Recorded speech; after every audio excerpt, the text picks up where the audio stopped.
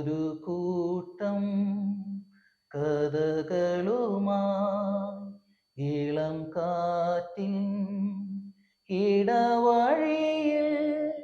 ഏവർക്കും നമസ്കാരം. ഓശാന ടിവിയുടെ നല്ല പാട്ടുകാരൻ പ്രോഗ്രാമിൽ ഇന്ന് നമ്മോടൊപ്പം ചേരുന്നത് രഞ്ജിത്ത് സെബാസ്റ്റ്യൻ എന്ന് പറയുന്ന ഒരു ചെറിയ കലാകാരനാണ്. ഒരു കാലം തിരികെ വരും, ചെറുതൂവൽ തിരി പടരും, തലോടും താനേ കഥ തുടരും. അദ്ദേഹം ഒരു ഫോട്ടോഗ്രാഫറാണ്, ഒരു ഗായകനാണ്, ഒപ്പം ഒരു അധ്യാപകനും കൂടിയാണ്. അദ്ദേഹത്തെ നമ്മുടെ ഈ പ്രോഗ്രാമിലേക്ക് സ്വാഗതം ചെയ്യാം. രഞ്ജിത്ത്, നമസ്കാരമുണ്ട്. നമസ്കാരം. ഏതോ ഒരു വിധിയാ മുന്നിൽ ഇരുൾ മൂടിയ, അകലെ നീ പോയാലും നിഴലാവാം ഞാൻ, വരുവോളം വഴിയോളം തിരിയാവാം ഞാൻ. താനേ തനന്താനേ തന്താനേ താരോ ആരാരിരാരോ. എൻ്റെ അറിവിൽ രഞ്ജിത്ത് വലിയ പാട്ടൊന്നും പഠിക്കാൻ പോയിട്ട് എനിക്ക് ഓർമ്മയില്ല. തങ്കത്തിങ്കൾ കിളിയായി കുറുകാം, താരത്തുവൽ മെനയാം നനയാം, നീരാടിയാടും നിറസന്ധ്യയിൽ. എങ്ങനെയാണ് ഈ പാട്ടുകൾ പാടാനായിട്ട് തുടങ്ങിയത്? പാട്ടുകൾ പാടാൻ തുടങ്ങുന്നത് ചെറുപ്പം മുതലാണ്. ചെറുപ്പം മുതൽ ക്ലാസ്സിൽ പോയി തുടങ്ങിയപ്പം ഒന്ന് രണ്ട് പാട്ട് ടീച്ചർമാർ പഠിച്ചു കഴിഞ്ഞതിന് ശേഷം അവർക്ക് പിന്നീട് കുഴപ്പമില്ല, ചെറുക്കൻ നന്നായി ചെറുതായിട്ടൊക്കെ ഒന്ന് പാടുന്നുണ്ട്, എന്നാൽ നമുക്ക് എങ്ങനെ മത്സരത്തിൽ നിന്ന് പങ്കെടുപ്പിച്ച് കൂടാന്ന് വിചാരിച്ച് അങ്ങനെ അന്നത്തെ കാലത്ത് മാപ്പിളപ്പാട്ട്, പദ്യപാരായണം അങ്ങനെയുള്ള പാട്ടുകളിലൊക്കെയാണ് എന്നെ പാടിപ്പിച്ചിട്ടുള്ളത്. സ്കൂളിന്റെ സമയത്ത് അല്ലേ? സ്കൂളിൽ കണ്ടുലഞ്ഞ മലർ പോലെ, വാനിലാവിനിതൾ പോലെ, കുങ്കുമമേഘം കുളിരു കോർക്കുമൊരു മഞ്ഞള പോലെയുലാവാം. ഈ സ്കൂളിലാണ് പഠിച്ചേ? സ്കൂളിൽ Saint Antony's L P school പെറോ. അപ്പൊ അവിടെ പഠിച്ചുകൊണ്ടിരുന്ന സമയത്ത് ഇങ്ങനെ മത്സരങ്ങൾക്കൊക്കെ പോകുമ്പോഴത്തേക്കും നമ്മൾ കാണാതിരുന്ന് പഠിക്കണം അല്ലത്? അത് കാണാതിരുന്ന് പഠിക്കണം. മാപ്പിളപ്പാട്ടൊക്കെ എന്ന് പറയുമ്പോൾ ഭയങ്കര പാടായിരിക്കുമല്ലോ. അത് ഇച്ചിരി നല്ലതാണ്, കാരണം അത് കറക്റ്റായിട്ടുള്ള രീതിയിലൊക്കെ പോകണം. പേർഷ്യയിലേക്കെന്നുരച്ച് പോയതാണിന്നെന്റെ മുത്ത്, പോയതിൽ പിന്നെ അയച്ചിട്ടില്ല ഒരു കത്ത്, എന്നുടെ പൂമണി മാറന്നു പറ്റി പോയോ ആപത്ത്. അതുപോലെ പദ്യപാരായണമാണ് ഏറ്റവും ടഫ്. കാരണം വെച്ചാൽ മാപ്പിളപ്പാട്ട് പിന്നെ കുറച്ചുകൂടി ചെറുതാ.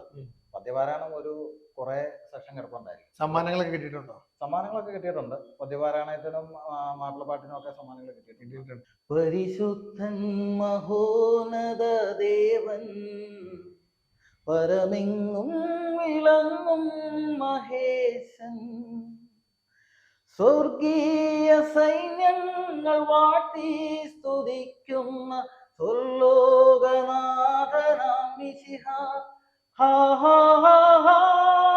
ഹല്ലേലൂയ, ഹല്ലേലൂയ,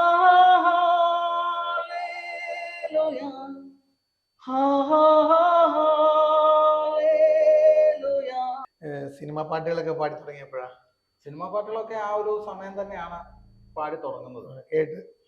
നമ്മൾ വീട്ടിലെ സംഗീതം ഇതായിട്ടുള്ള ഇത്. ആരെങ്കിലും പാട്ടൊക്കെ പാടും വീട്ടില്? വീട്ടില് പപ്പ പാടും.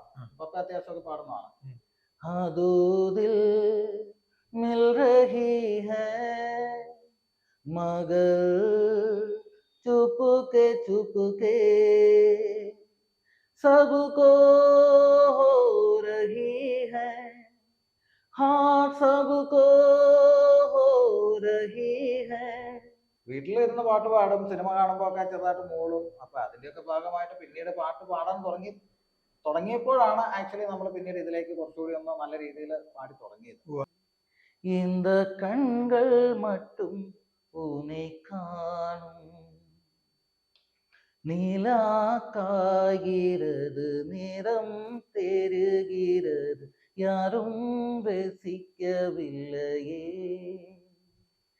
இந்த கண்கள் மட்டும் உன்னை காணும், தென்றல் போ போகின்றது, சொலை சிரிக்கின்றது, யாரும் സൂഹിക്കവില്ലയേ.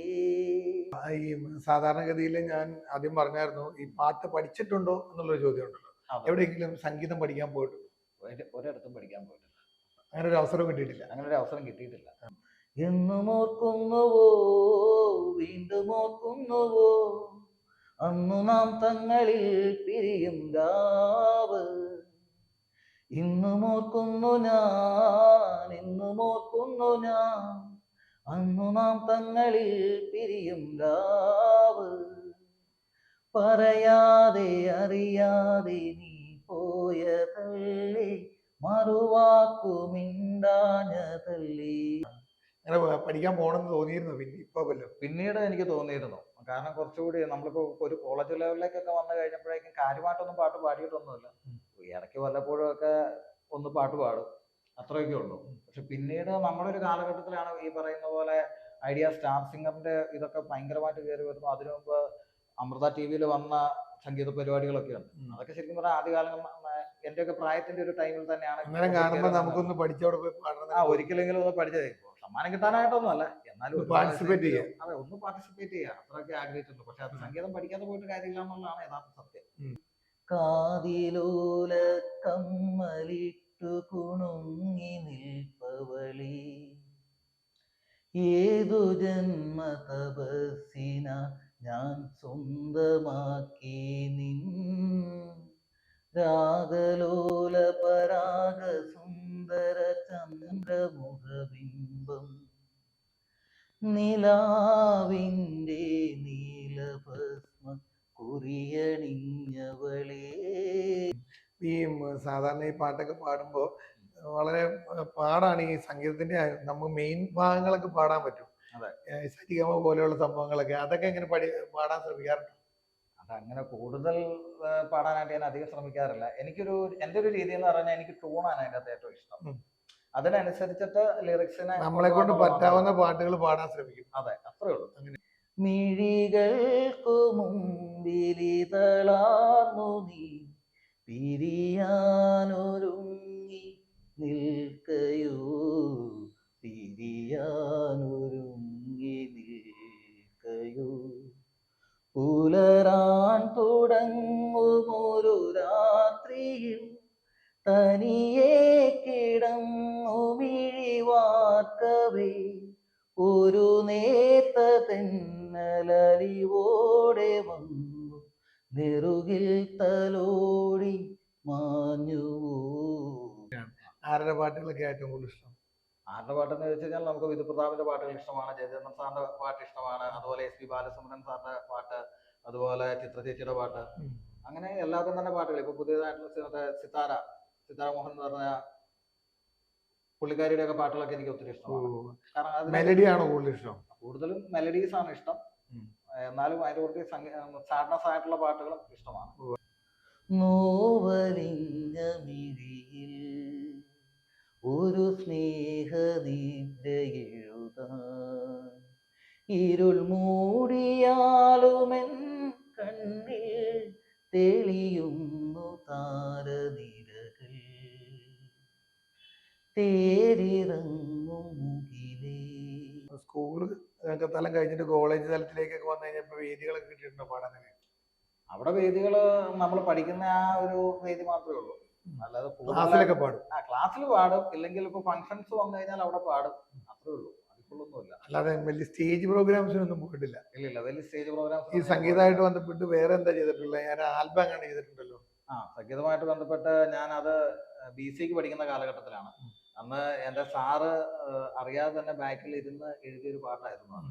അത് വേറൊന്നുമല്ല, എന്റെ സുഹൃത്തുക്കൾ എല്ലാരും കൂടി ചേർന്ന് ഒരു ആൽബം ഉണ്ടാക്കാം. അന്നത്തെ കാലത്ത് ചെമ്പകമേ ആ പാട്ടൊക്കെ ഇറങ്ങിയ സമയമാണ്. അപ്പൊ അന്നേരം എല്ലാരും കൂടി പാട്ടൊക്കെ പാടും എന്നുള്ളത് കൊണ്ട് എല്ലാരും പറയടാ സ്വയം പാട്ട് എഴുതാൻ പറ്റുമോ എന്ന് ചോദിച്ചു. ഇടയ്ക്കൊക്കെ പാട്ട് എഴുതാറുണ്ട്. പാൽനിലാവിലും ഒരു നൊമ്പരം, പാതിരാക്കിളി എന്തിനീ മൗനം, സാഗരം മനസ്സിലുണ്ടെങ്കിലും കരയുവാൻ ഞങ്ങളിൽ കണ്ണുനീരില്ല. നമുക്ക് തോന്നുന്ന രീതിയിൽ നമുക്ക് തോന്നുന്ന രീതിയിൽ നമ്മുടെ മനസ്സിലേക്ക് ഒരു ടോൺ വരുന്നു. ഒരു കണ്ടന്റ് വന്നു കഴിഞ്ഞാൽ അതിനനുസരിച്ചുള്ള ടോൺ നമ്മുടെ മനസ്സിലേക്ക് വരുന്നു. അതിനനുസരിച്ച് നമ്മൾ പാട്ട് എഴുതും. അതേ ഉള്ളൂ എൻ്റെ പരിപാടി. അപ്പൊ അങ്ങനെ എഴുതിയൊരു പാട്ടായിരുന്നു അത്. അതങ്ങനെ ഞാൻ എഴുതി. അത് ഞങ്ങളെല്ലാവരും കൂടി സൂര്യ സ്റ്റുഡിയോ, നമ്മുടെ തൃപ്പൂണിത്തുറയിലുള്ള സൂര്യ സ്റ്റുഡിയോ പോലത്തെ ഇതിലെല്ലാം പോയി പ്രാക്ടീസും പരിപാടികളും ഒക്കെ പോയി. പക്ഷെ ചെയ്യാൻ പറ്റിയില്ല. കാരണം വേറെ ഒന്നുമല്ല, പ്രൊഡ്യൂസർ ആയിട്ടുള്ള വ്യക്തിക്ക് ഒരു ചെറിയ പ്രശ്നങ്ങളൊക്കെ വന്നു. പുള്ളി മൊത്തത്തില് ഫാമിലി പ്രശ്നങ്ങളൊക്കെ ആയി അതിന്റെ ഇതിലങ്ങ് പോയി. പിന്നെ ചെയ്യണമെന്ന് തോന്നിയത് സ്വന്തമായിട്ട് ജോലിയിലേക്കൊക്കെ കയറി പൈസയൊക്കെ വന്നപ്പോൾ ഞാൻ ആലോചിച്ചു എന്തൊക്കെയാലും അന്ന് തലയെക്കുത്തി കിടന്നുണ്ടാക്കിയ സാധനം എന്നാ പിന്നെ ഇതങ്ങ് ചെയ്തേക്കാം. കാരണം ഇപ്പൊ ആണെങ്കിൽ ഭാര്യ സപ്പോർട്ടുണ്ട്, കൊച്ചു സപ്പോർട്ടുണ്ട്, ഫാമിലിയിലാണേലും സപ്പോർട്ട് ഇല്ലാത്തൊന്നുമില്ല. അപ്പൊ പിന്നെ അത് അങ്ങനെ ചെയ്തു. എന്തായിരുന്നു ആൽബത്തിന്റെ പേര്? മനസ്സെന്നാണ് ആൽബത്തിന്റെ പേരിട്ട്. പാട്ട് പാടിയതാരാ?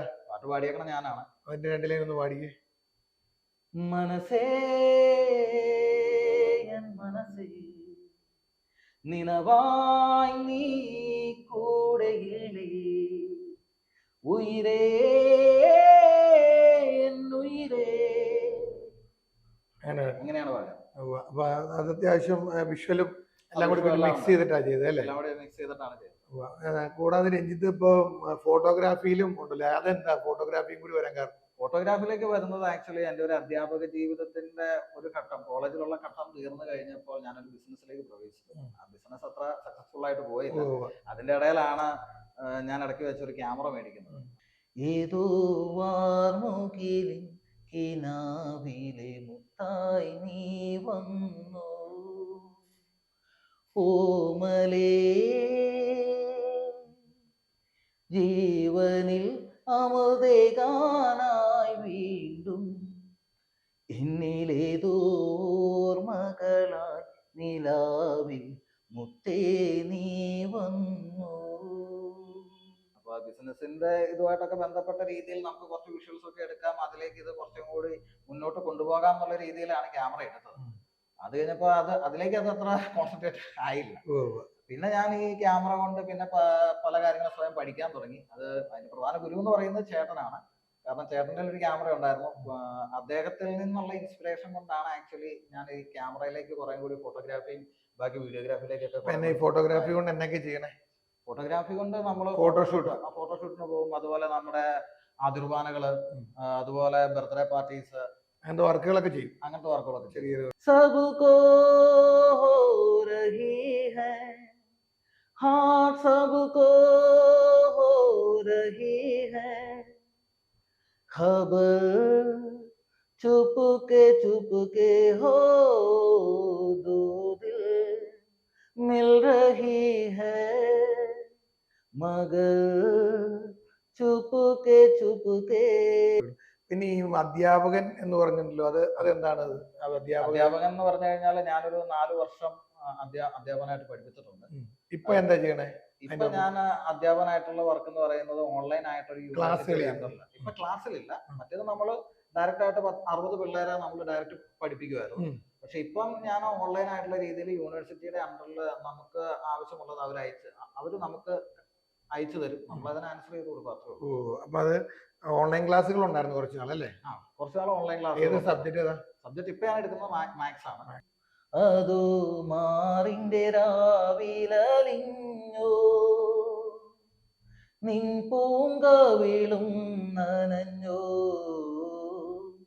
സിന്ദൂര സന്ധ്യേ പറയൂ നീ പകലിനെ കൈവെടിഞ്ഞോ, നീ പകലിനെ കൈവെടിഞ്ഞോ. വീട്ടില് ഈ പപ്പ പാടുന്ന അല്ലാതെ വേറെ ആരാ പാടുന്നുള്ളേ? പപ്പ അല്ലാണ്ട് പിന്നെ പാടുന്നതെന്ന് പറഞ്ഞു കഴിഞ്ഞാൽ ഇപ്പൊ ഭാര്യ പാടും, കൊച്ചു പാടും. ഒരു കലാകുടുംബമാണ്. ചെറിയൊരു കലാകുടുംബം.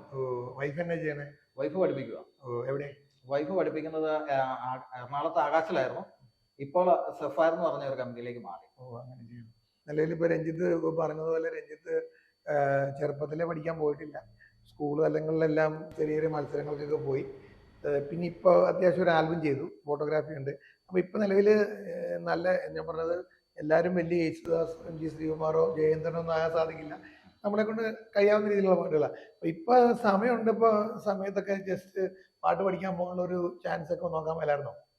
പാട്ട് പഠിക്കാൻ പോകാൻ താല്പര്യമില്ലാഞ്ഞിട്ടല്ല, പക്ഷെ നമുക്ക് സമയമില്ല. സമയത്തിന്റെ ഒരു കുറവുണ്ട്. പിന്നെ രണ്ടാമത് എന്നാന്ന് വെച്ച് കഴിഞ്ഞാൽ പ്രായത്തിന്റെ ഒരു പ്രോബ്ലം ഞാൻ മനസ്സിൽ കാണുന്നുണ്ട്.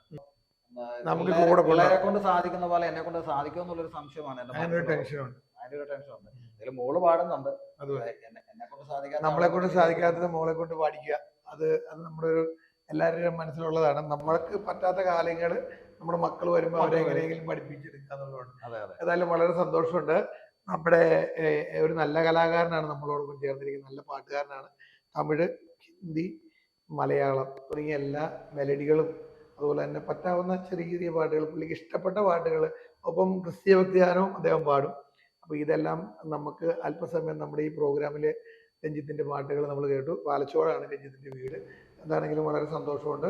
നല്ല പാട്ടുകാരൻ എന്ന് പറഞ്ഞ ഈ പ്രോഗ്രാമിൽ അല്പസമയം ഞങ്ങളോടൊപ്പം ചെലവഴിച്ചതിന് എല്ലാവിധ ആശംസകളും. ഒപ്പം നല്ല നല്ല പാട്ടുകളും നല്ല നല്ല ആൽബങ്ങളും നല്ല ഫോട്ടോഗ്രാഫിയൊക്കെ ആയിട്ട് മുന്നോട്ട്, അതോടൊപ്പം തന്നെ അധ്യാപക വൃത്തിയിലും മുന്നോട്ട് പോകാൻ സാധിക്കട്ടെ എന്ന് പ്രാർത്ഥിക്കുന്നു. എല്ലാവിധ ആശംസകളും. Thank you.